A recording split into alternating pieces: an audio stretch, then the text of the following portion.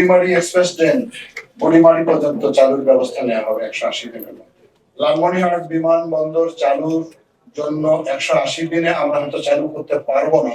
দুর্নীতিমুক্ত অবস্থার মধ্যে আমরা যেন সবাই নিজেকে এখানে রাখি। আমরা মানুষকে সেবা দিতে চাই। আপনারা সরকারি কর্মকর্তা, আমরা জনপ্রতিনিধি, দুই পক্ষের সমন্বয় না হলে একটা সুন্দর সমাজ প্রশাসন পরিচালনা করা সম্ভব হবে না। আমার আছে টরেভিনো, আপনার আছে তো?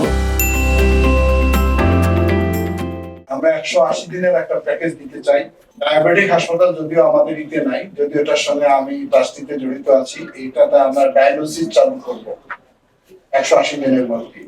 বুড়িমারি এক্সপ্রেস ট্রেন বুড়িমারি পর্যন্ত চালুর ব্যবস্থা নেওয়া হবে 180 দিনের মধ্যে। সার্কিট হাউস থেকে রেল স্টেশনের সড়ক বাতি আধুনিকীকরণ করা হবে।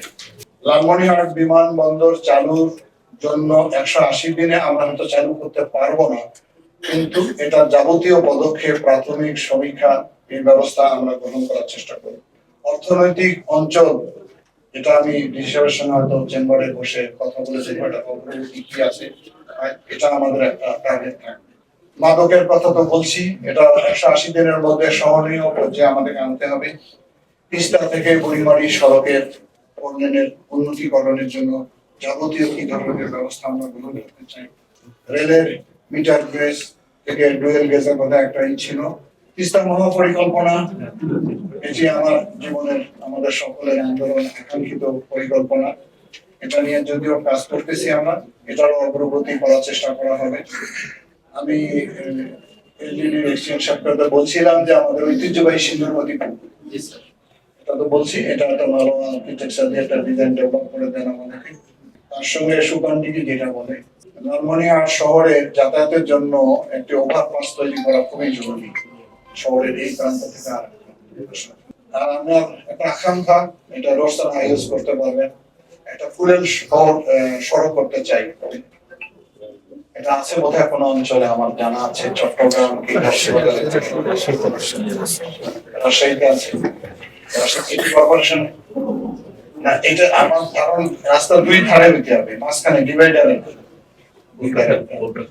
আমরা সামনে ফল উৎসব করবো জুন জুলাইতে, যখন ফলের সমারোহ হবে।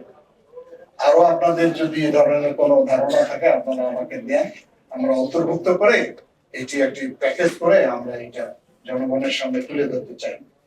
অতীতে যা হয়েছে হয়েছে, এটা আমরা ভুলে যাই।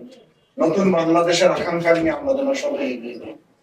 আমাদের ভিতরে ওই জিনিসগুলো, মজ্জাগত যে ধারণাগুলো আছে, এগুলোর পরিবর্তন আমাদের অবশ্যই আনতে। আমরা সবাই একসঙ্গে থাকবো, একসঙ্গে কাজ করবো। আমি বলি যে সবাই এই দুর্নীতিমুক্ত অবস্থার মধ্যে আমরা যেন সবাই নিজেকে এখানে রাখি, সবাই আমরা ভালো থাকি। আমরা মানুষকে সেবা দিতে চাই। আপনারা সরকারি কর্মকর্তা, আমরা জনপ্রতিনিধি, দুই পক্ষের সমন্বয় না হলে একটা সুন্দর সমাজ প্রশাসন পরিচালনা করা সম্ভব হবে।